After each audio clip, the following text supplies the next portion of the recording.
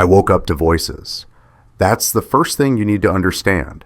Not to beeping machines or nurse footsteps or the fluorescent hum of an ICU at 2 a.m. Voices, two of them. One I'd heard every day for the last 5 years. The other I'd heard at dinner parties, fundraisers, the hospital Christmas party where Rachel worked, my wife, and Dr. Christopher Monroe. I couldn't move, couldn't speak. The stroke had happened 5 days earlier, and I was still piecing my brain back together, one slow connection at a time. My right side was basically dead weight. Speech was gone. But consciousness, that was coming back. And with it, the ability to hear everything they thought I couldn't. We need to talk about realistic timelines here, Rachel. His voice was clinical, detached, the way doctors talk about patients, not people. I know. Rachel's voice was quieter, sadder, maybe. Or was it relief? The neurologist said even if he wakes up, the damage is... She didn't finish. Didn't need to. They thought I was vegetables, or close enough. The insurance will cover long-term care, Christopher said. I could hear him shifting his weight, the squeak of his shoes on linoleum. But you need to start thinking about quality of life, what he would have wanted. If you've ever been in a hospital bed, completely helpless, you know that feeling where you're just trapped. Now imagine hearing the two people you trust most planning your future without you.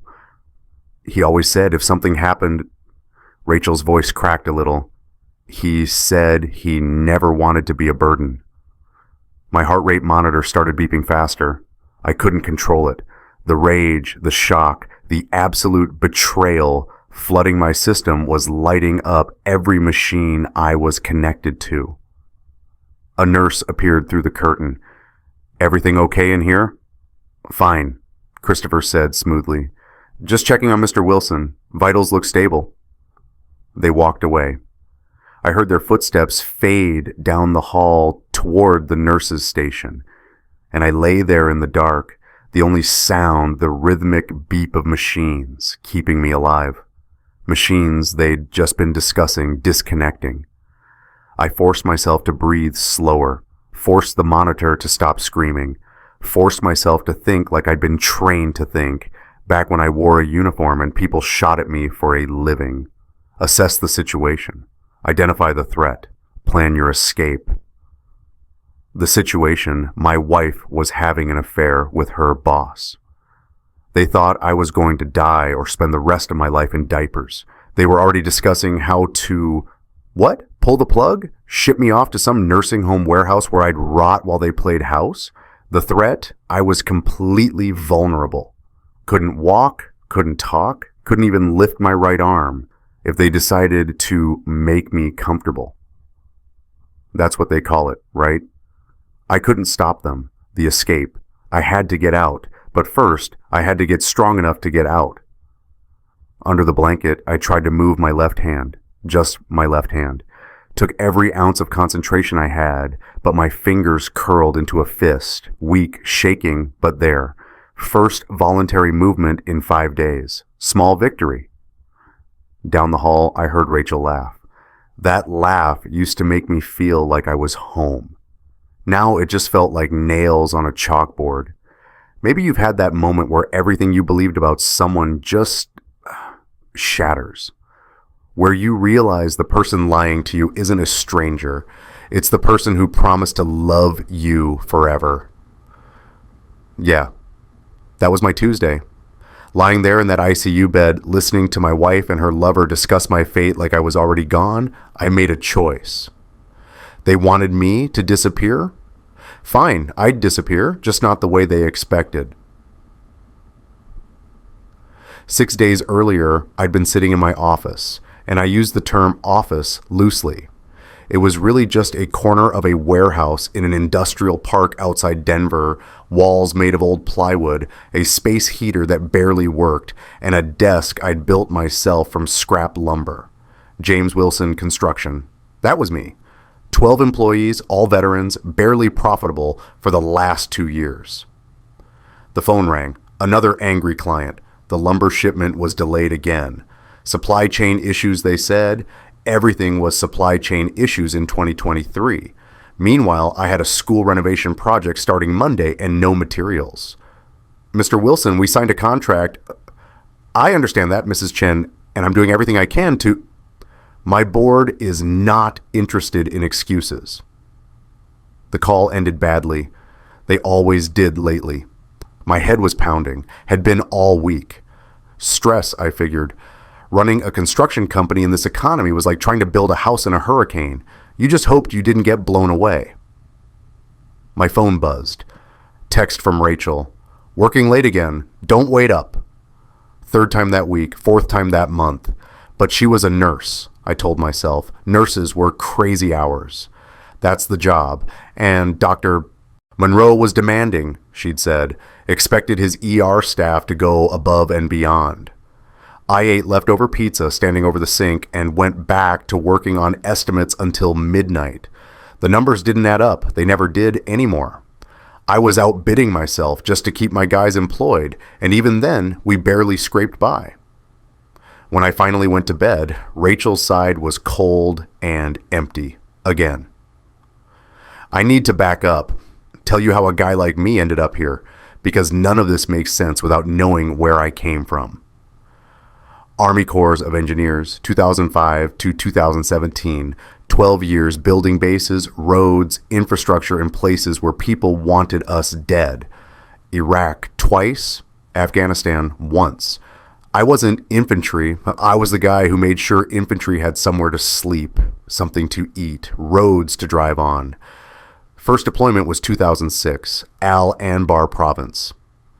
I was 24, fresh out of training, thought I knew what I was signing up for, built a forward operating base from literally nothing. Concrete barriers, living quarters, water treatment, electrical systems. We worked 18-hour days in 120-degree heat, full gear, surrounded by people who wanted us gone. Lost my first soldier 3 months in. IED on a supply route we just finished paving. Kid from Ohio, 21 years old, talking about his girlfriend back home that morning. By afternoon, we were packing his gear to ship home. Second deployment, Kandahar, 2010.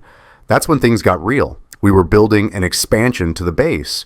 More space for the surge troops coming in. Taliban didn't like that. Mortars became a nightly thing. You learn to sleep through them, or you don't sleep at all. The attack that changed everything happened on a Tuesday morning. I was checking a generator on the far side of the base. Routine maintenance. Heard the whistle. That sound you never forget. Incoming ordnance cutting through air. Hit the deck behind a concrete barrier. 3 impacts. Boom, boom, boom. When the dust cleared, I ran toward the smoke. Found what was left of 3 soldiers from my unit. Martinez, Johnson, and Davis. We'd had breakfast together 2 hours earlier. Martinez was showing me pictures of his newborn daughter. Now there was just nothing. Smoke. Blood. Parts of people that shouldn't be separated from people. I helped carry body bags that day, did my job, stayed professional. Then went to my bunk and threw up until there was nothing left. I came home with PTSD, not the kind you see in movies where guys are violent or unstable, the quiet kind. The kind where you can't sleep because you're waiting for the explosion, where sudden loud noises make your heart rate spike, where you're constantly scanning for threats, even in a Walmart parking lot. Fireworks on 4th of July? Can't do it. Too much like mortars. Crowded spaces? Exit routes mapped in the first 30 seconds. Someone walking behind me? I need to turn around, make sure they're not a threat. It's exhausting. Your brain never turns off. The VA gave me pills. Therapy helped some. What helped most was working with my hands, building things, creating order from chaos. So I got my contractor's license in 2018, started small, specialized in hiring veterans. Every single one of my guys had served. Michael, my youngest, had 2 kids and a wife who worked nights. Tommy Brennan, my right hand, had been a staff sergeant in my unit in Afghanistan.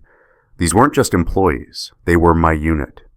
The work wasn't glamorous. We did renovations, repairs, small commercial jobs, but it was honest, and it gave other veterans a chance. That meant something. I met Rachel in 2019 at the VA hospital. I was there for a therapy evaluation, standard check-in. She was doing a rotation in veteran services. Pretty auburn hair, warm smile, actually seemed to care about veteran issues. We got talking. She asked about my work. I told her about hiring veterans, trying to give guys a second chance. "That's incredible," she said, and she seemed to mean it. We dated for a year. She said she admired what I was doing, said it was important. We got married in 2020. Small wedding. COVID made everything small that year. Just family, a few friends, simple ceremony. First year was good. She worked at the community hospital. I grew the business. We were a team. Then 2021, 2022 hit. Inflation, supply costs doubled, labor shortages, competition from big corporate contractors who could undercut my bids. I started sleeping 4 or 5 hours a night.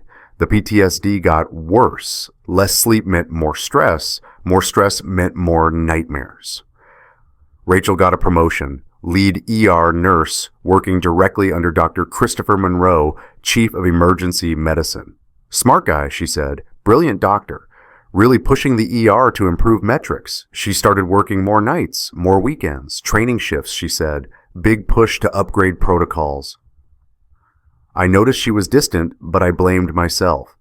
The PTSD made me difficult, jumpy, irritable, withdrawn. I figured she needed space. Work was her escape from my mess. Looking back now, all the signs were there.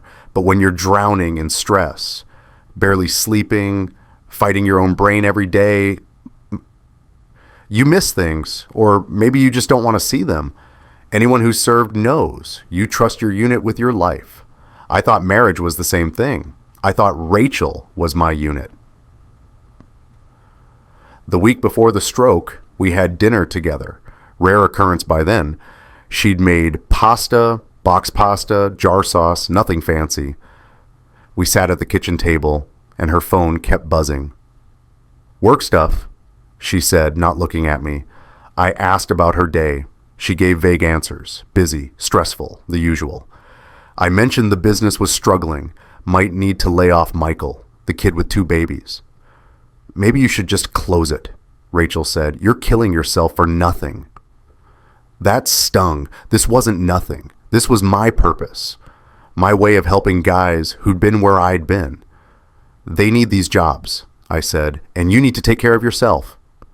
We argued, not loud, not dramatic, just that cold kind of argument where you both say exactly what you mean and regret it immediately. She apologized later.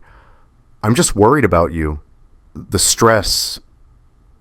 I believed her. Why wouldn't I? A few days later, I found a restaurant receipt in her purse. I wasn't snooping. I was looking for our insurance card.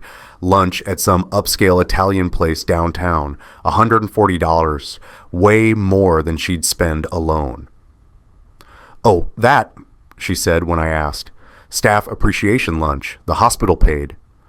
I believed that too. The day before the stroke, I overheard her on the phone in the bathroom. Door cracked, her voice low. "I can't keep doing this. I know. Soon, I promise." When she came out, I asked who it was. "My sister. She's having marriage problems." Another lie I swallowed whole. The stroke happened on a Wednesday morning. I woke up with my left side tingling, numb, ignored it. Had a big meeting, potential school renovation, contract, could save the business. Drove to the meeting, knew something was wrong halfway there. Words weren't coming out right.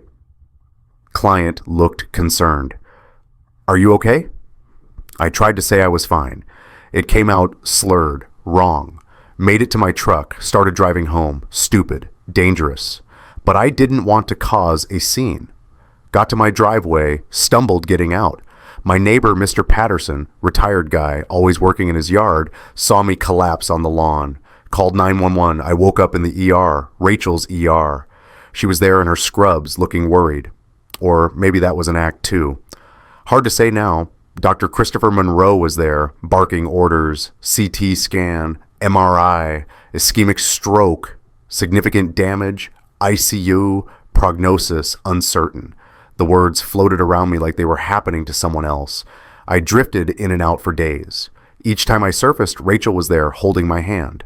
"You're going to be okay," she said, until the night I heard the truth. And then I knew nothing was going to be okay, not the way it was. But maybe, just maybe, I could make something new, something better, if I could just survive long enough to escape.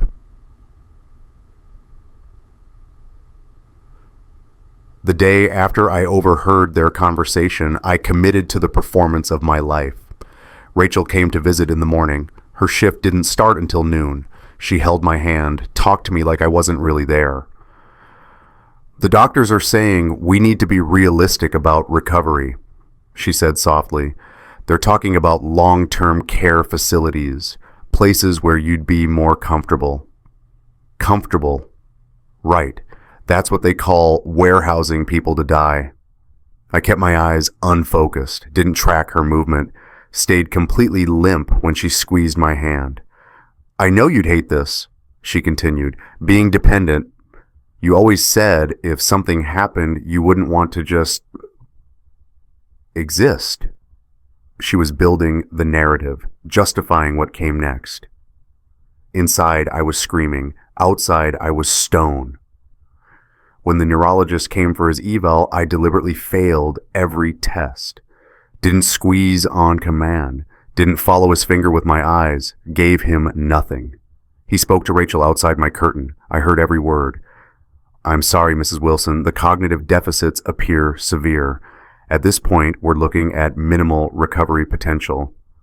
Rachel made a sad noise, but when I managed to shift my eyes just slightly, I caught her expression through the curtain gap. Relief. That look told me everything I needed to know. The night shift physical therapist was named Patricia. 60-something, gray hair pulled back, strong hands from decades of moving patients. She came in around 2 a.m. to reposition me, prevent bed sores, keep circulation going. "All right, hun, let's turn you," she said, her voice all business. As she moved my legs, I couldn't help it. I helped, just a little.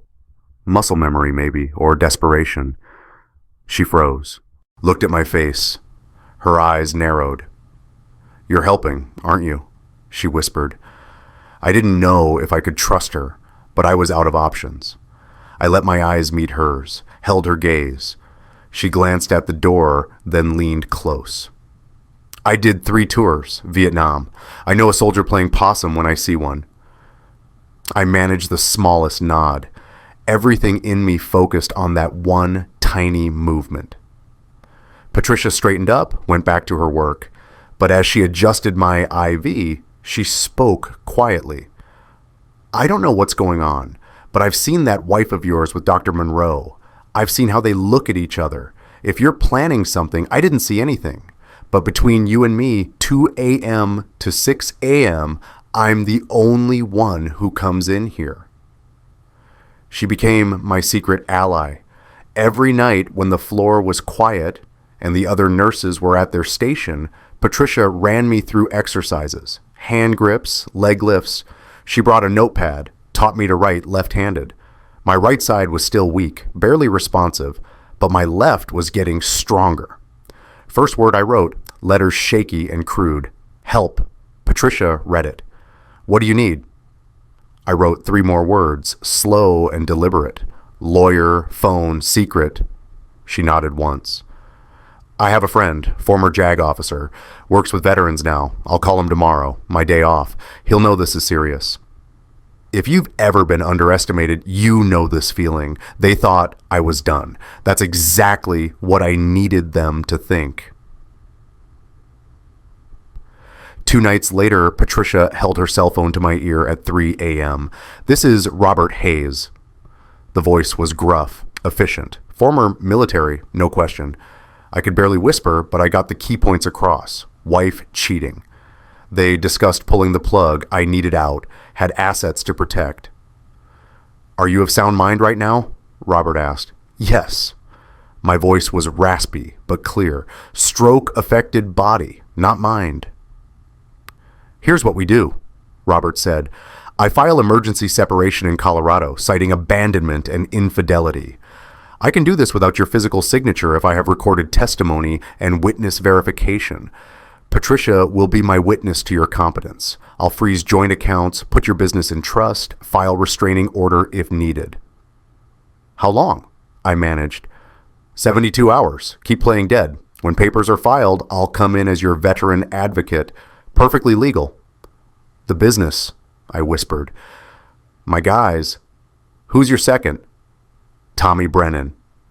I'll arrange a call. 3 a.m. tomorrow. Be ready. The next night, Patricia held the phone again. Tommy's voice came through, rough with sleep and confusion. Boss? Holy shit. They said you were... Listen. I cut him off. Couldn't waste energy. I'm signing over operational control. Papers coming. Run the company. What's going on? Rachel's leaving. I'm getting out of Denver. But the business, it's yours now. Profit sharing with the guys.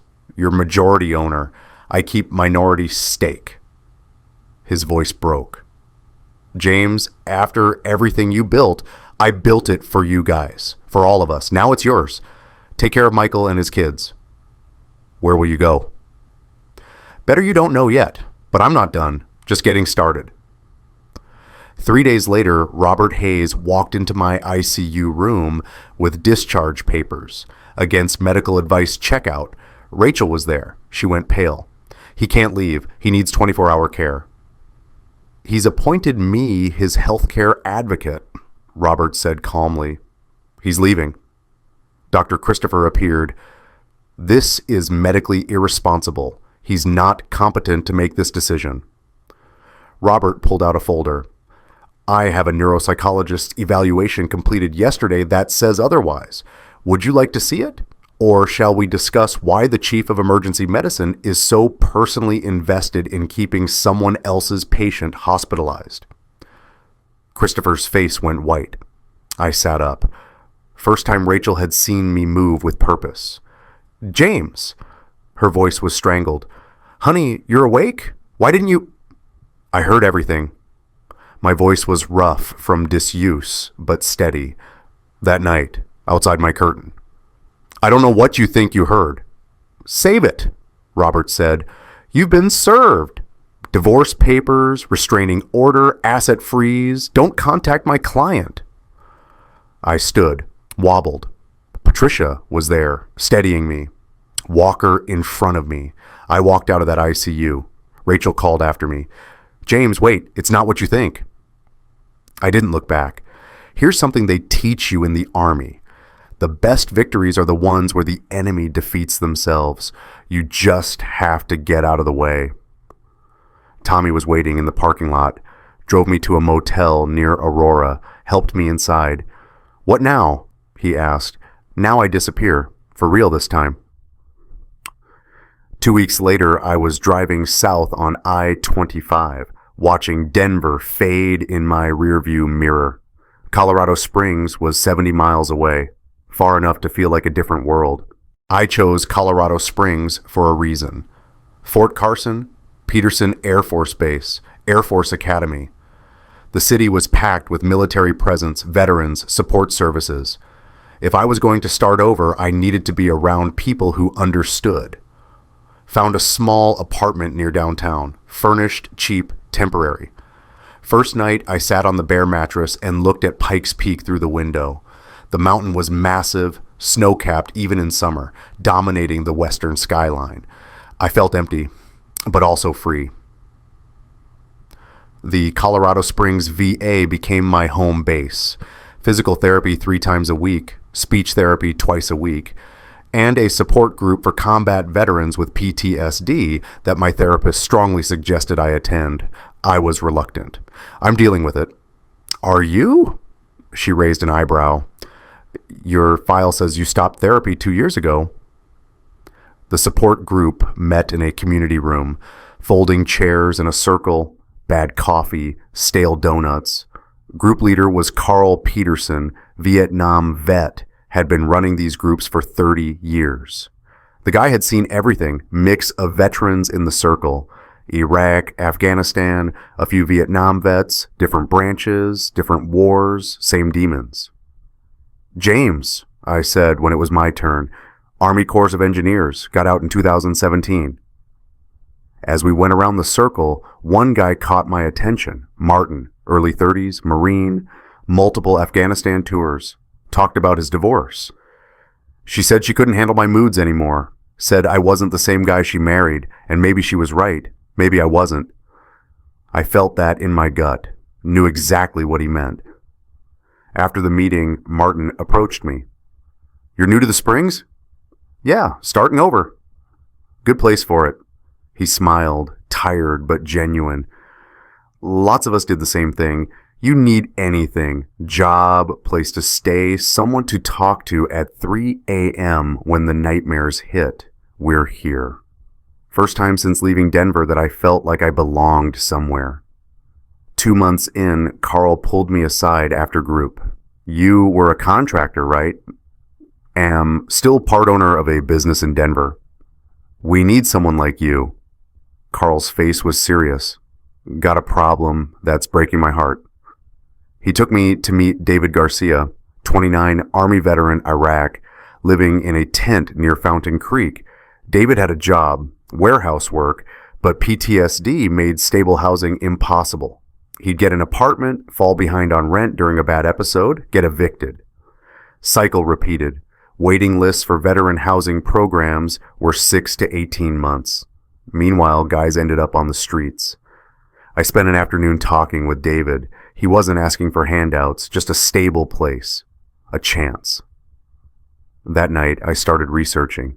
Tiny home communities for veterans, Colorado grants for veteran services, nonprofit startup processes. I called Tommy. How's the business? Good, really good actually. We landed that school contract. 2 more after that. Honestly, not having to worry about keeping you alive freed up my energy to actually run things. I laughed. First real laugh in months. I want to start something here. Nonprofit housing for vets. Need capital. Maybe $50,000 to start. Email me the plan. Consider it done. 6 months after arriving in Colorado Springs, I bought 3 acres of land east of the city. Cheap, properly zoned, enough space to build. Filed the nonprofit paperwork. Homeward barracks. Transitional housing for veterans. Tommy sent the capital plus 3 of his guys to volunteer on weekends. Carl mobilized the VA community. What happened next was beautiful. Every Saturday, 20 to 30 people showed up. Veterans, mostly, but also families, church groups, high school kids. We built tiny homes. 400 square feet, basic but dignified. Bed, kitchenette, bathroom, heating, cooling, desk. Cost about $25,000 per unit. David Garcia helped build his own home, sweat equity, ownership. The first build day, I remember standing there with lumber and blueprints, wondering if anyone would actually show up. Tommy and his crew drove down from Denver, 3 hours each way. They brought tools, materials, experience, but what really mattered was when other veterans started arriving. Carl brought 5 guys from the support group. Martin showed up with his truck full of donated supplies. Then came people I'd never met, veterans who'd heard about the project through the VA grapevine. Word spreads fast in the military community. We started at 7 a.m. By noon, we had the foundation poured for the first tiny home. By sunset, the frame was up. 20 people working together, most of them strangers that morning, moving like a well-oiled machine by afternoon. That's the thing about veterans. You don't need to explain the mission. You don't need to motivate. You just need to point at the objective and get out of the way. David worked harder than anyone. Kid was determined to earn his place. He'd show up early, stay late, learn every skill we'd teach him, carpentry, electrical, plumbing, soaked it up like a sponge. Why do you care so much? I asked him one day. Because someone's giving me a chance, he said. First time in 3 years someone looked at me and saw a soldier instead of a homeless guy. I'm not going to waste that. The second tiny home went faster. Third, faster still. We learned what worked, what didn't, created systems, assembly line approach, but with care in every detail. Each home got a small porch, David's idea. People need a place to sit outside, watch the sunset, feel like they have space. He was right. Those porches became sacred. Residents would sit out there in the evenings, coffee in hand, watching the mountains, sometimes alone, sometimes together, just existing peacefully.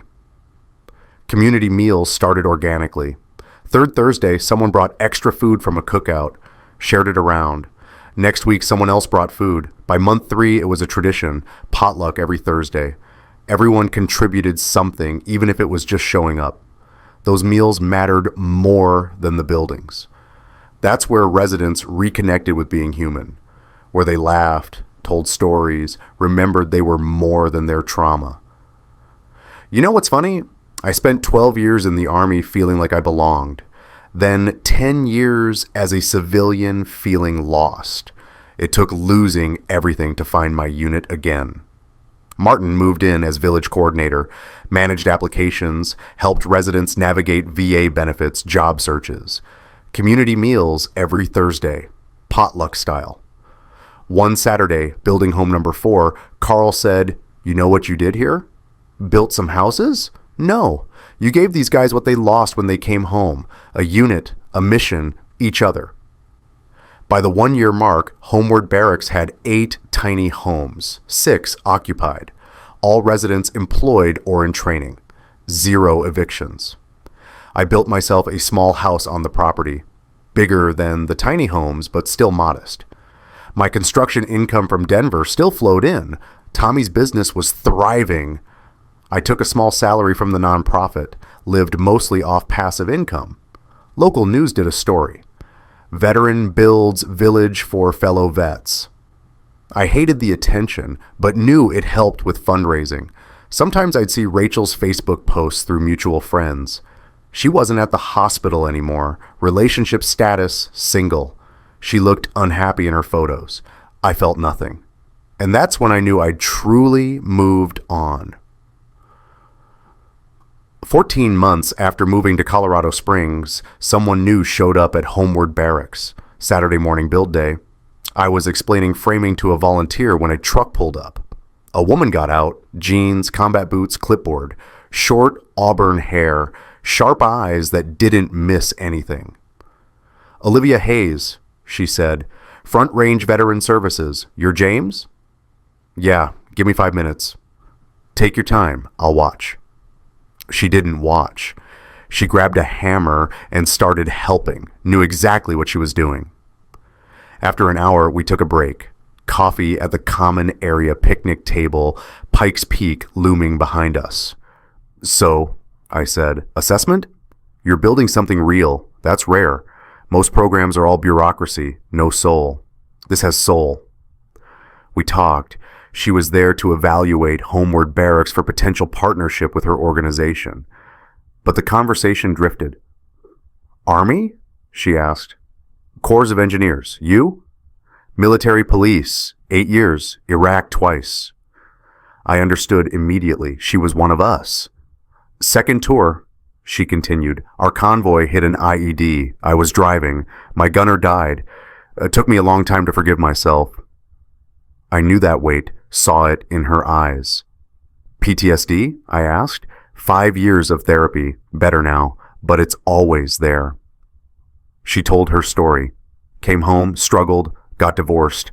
Her ex, civilian, couldn't handle her moods, nightmares. She worked various jobs, finally got her counseling degree. Now she ran programs connecting veterans to resources. "Your ex was an idiot," I said. She laughed, surprised. "That's blunt." "Just mean anyone who didn't stick around for the hard part didn't deserve you." She studied me. "Sounds like you've been there." "Yeah, I've been there." Olivia started visiting Homeward Barracks weekly, officially for the partnership, but she also just showed up on Saturdays, brought coffee, hammered nails, talked to residents. I noticed things. The way she listened, really listened. How she could shift between professional counselor and one of the guys. She never treated anyone like a victim, always like a soldier.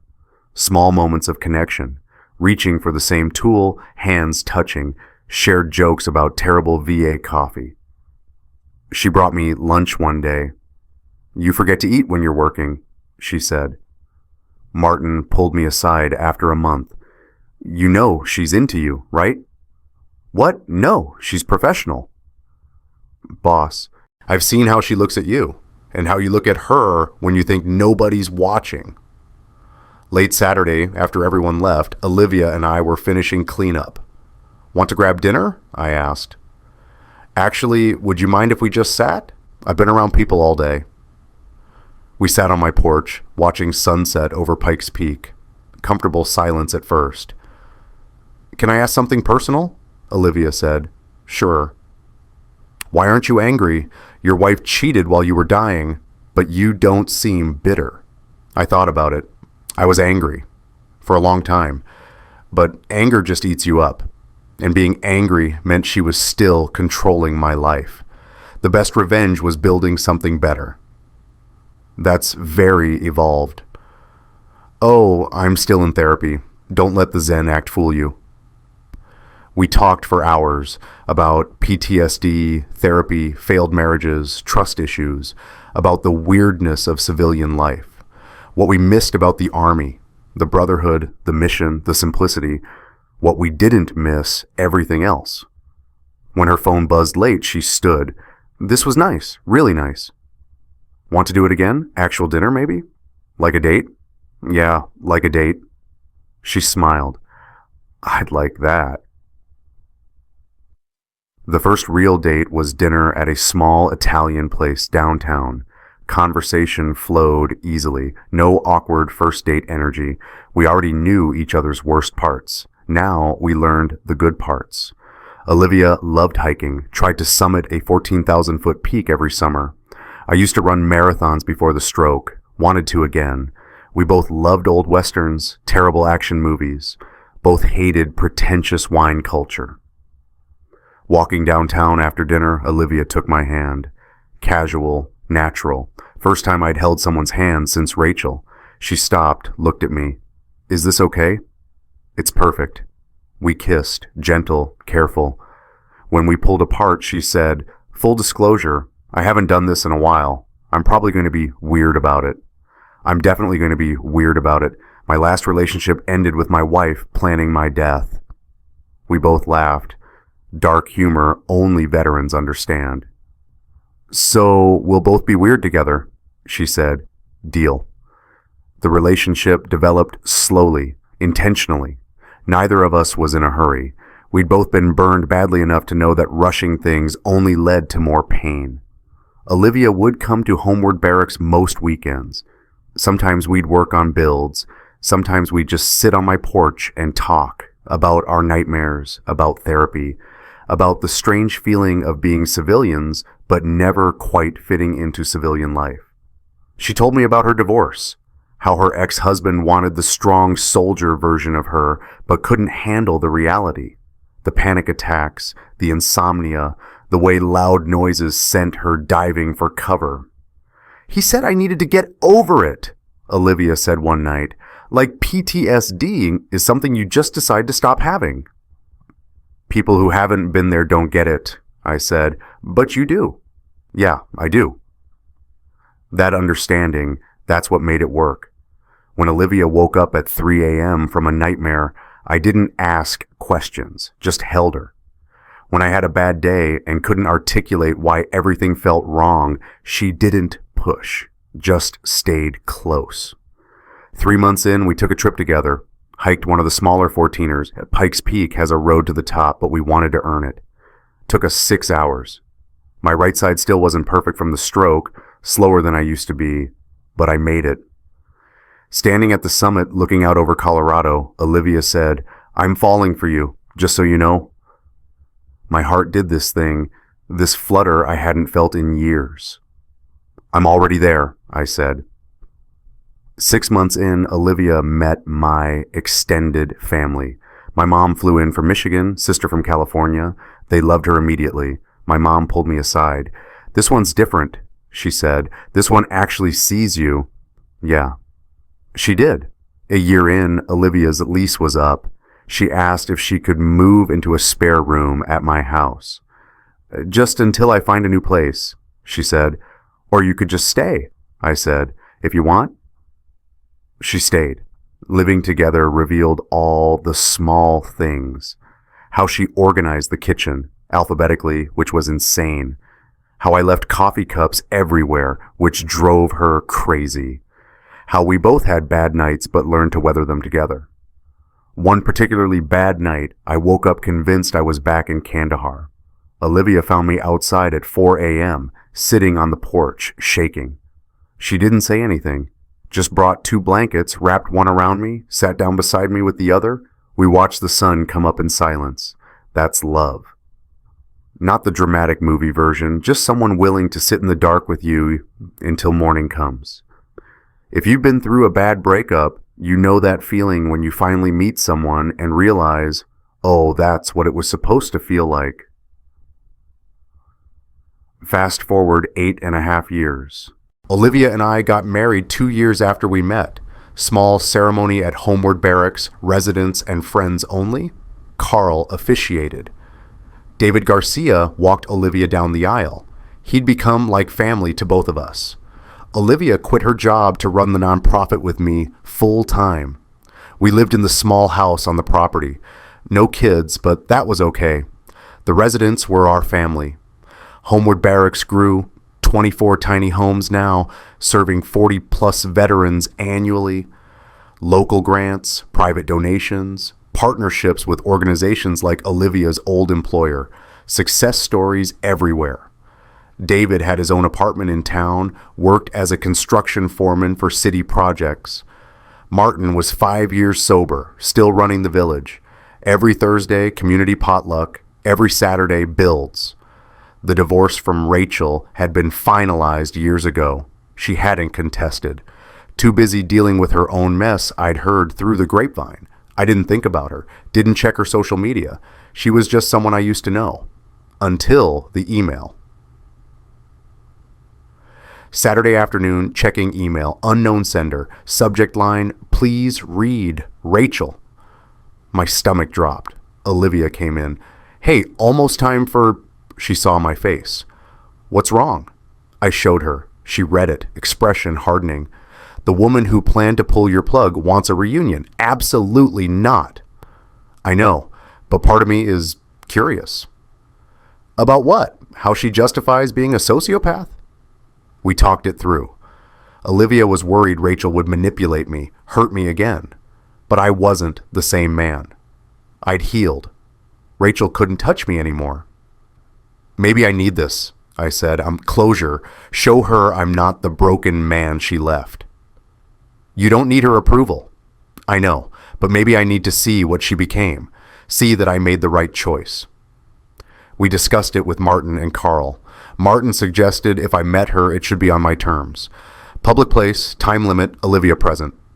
I decided I'd meet her, with Olivia there. Week later, downtown coffee shop. I arrived with Olivia. Rachel was already there. She looked older, worn, sad. 10 years hadn't been kind.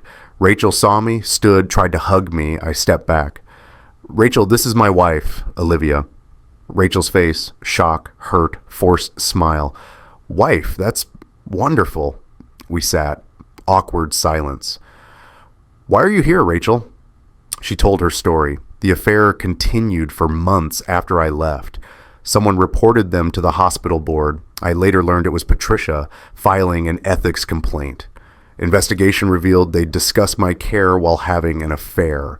Massive ethics violation. Dr. Christopher was fired, lost his medical license. Rachel was fired too. Their relationship imploded. Christopher blamed Rachel. Rachel blamed him. Rachel couldn't get nursing jobs. Medical community is small. Word spreads she worked retail for years. Never remarried, no kids, lived alone.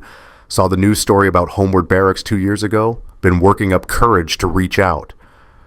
I see what you built, she said. It's amazing. You're amazing. You always were. I was too stupid to see it. I stayed quiet. I know I can't undo what I did.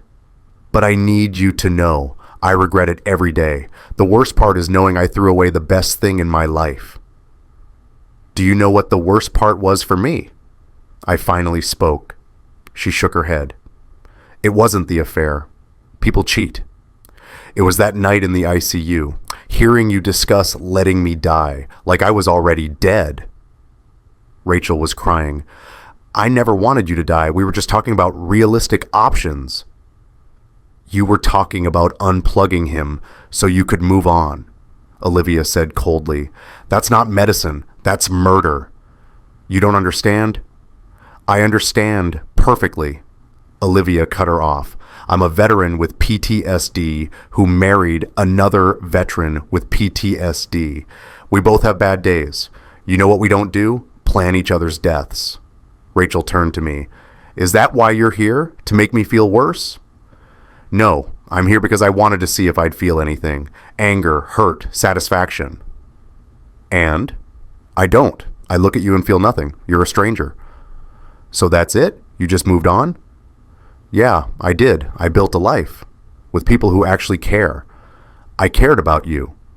No, you cared about the idea of me.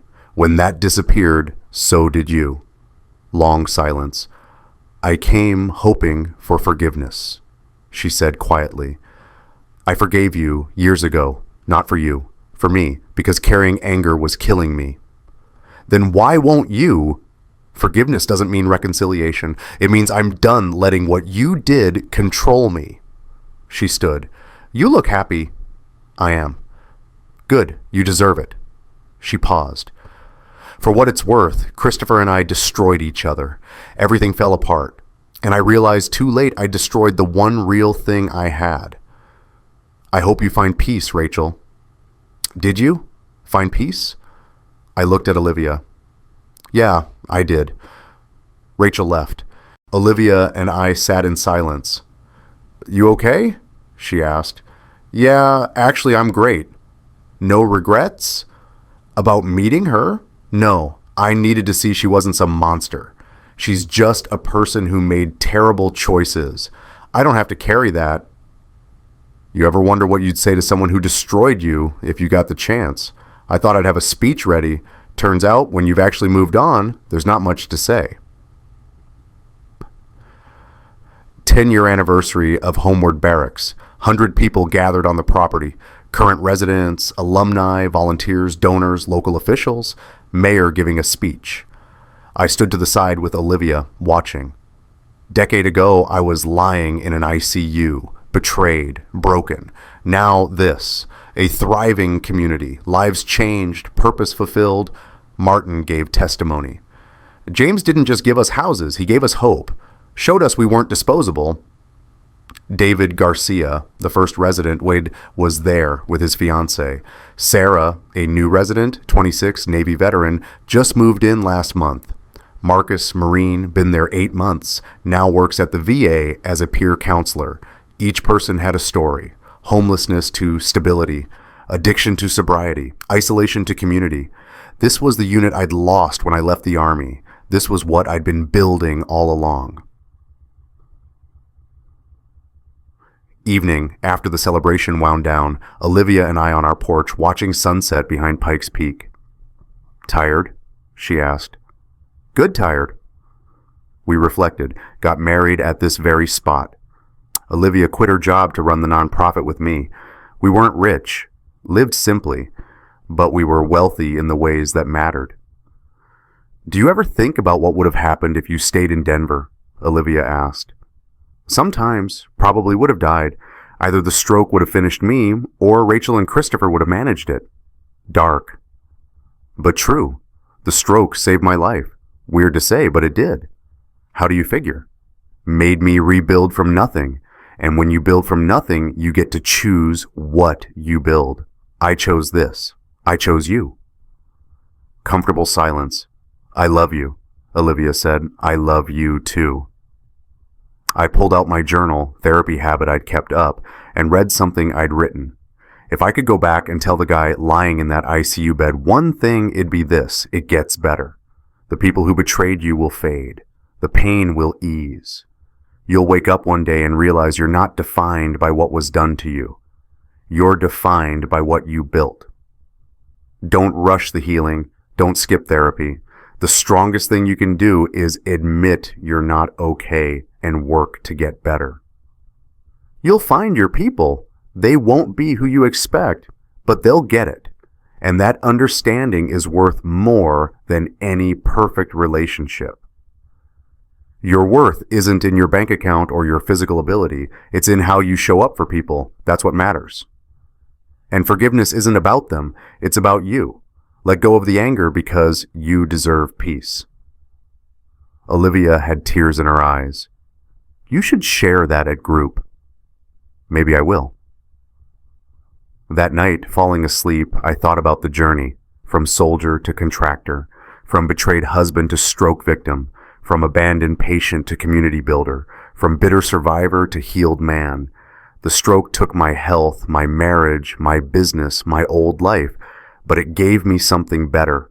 Authenticity, purpose, real love, chosen family. I wouldn't change it. Not anymore. Olivia, beside me, our rescue dog sergeant at the foot of the bed, outside, homeward barracks under starry Colorado sky, tiny homes with lights on, people inside, safe, healing, hopeful. This was success. Not wealth or fame or revenge, just peace, purpose, and people who matter. If you're going through hell right now, betrayal, loss, illness, whatever, here's what I learned. You can't control what happens to you, but you can control what you build from it. And sometimes the best revenge is just building a life so good that the people who hurt you become irrelevant. 10 years ago, I thought my life was over. Turns out it was just beginning. Took me losing everything to find what actually mattered. Forgiveness is weird. It's not about them deserving it. It's about you deserving peace. I went to sleep that night in a home I built, next to a woman who actually loves me, surrounded by a community that needs me as much as I need them. And somewhere out there, Rachel was going to bed alone, still trying to figure out how she ended up with nothing. I didn't plan that. I didn't orchestrate it. I just lived, built something good, chose peace over anger, and somehow that was enough.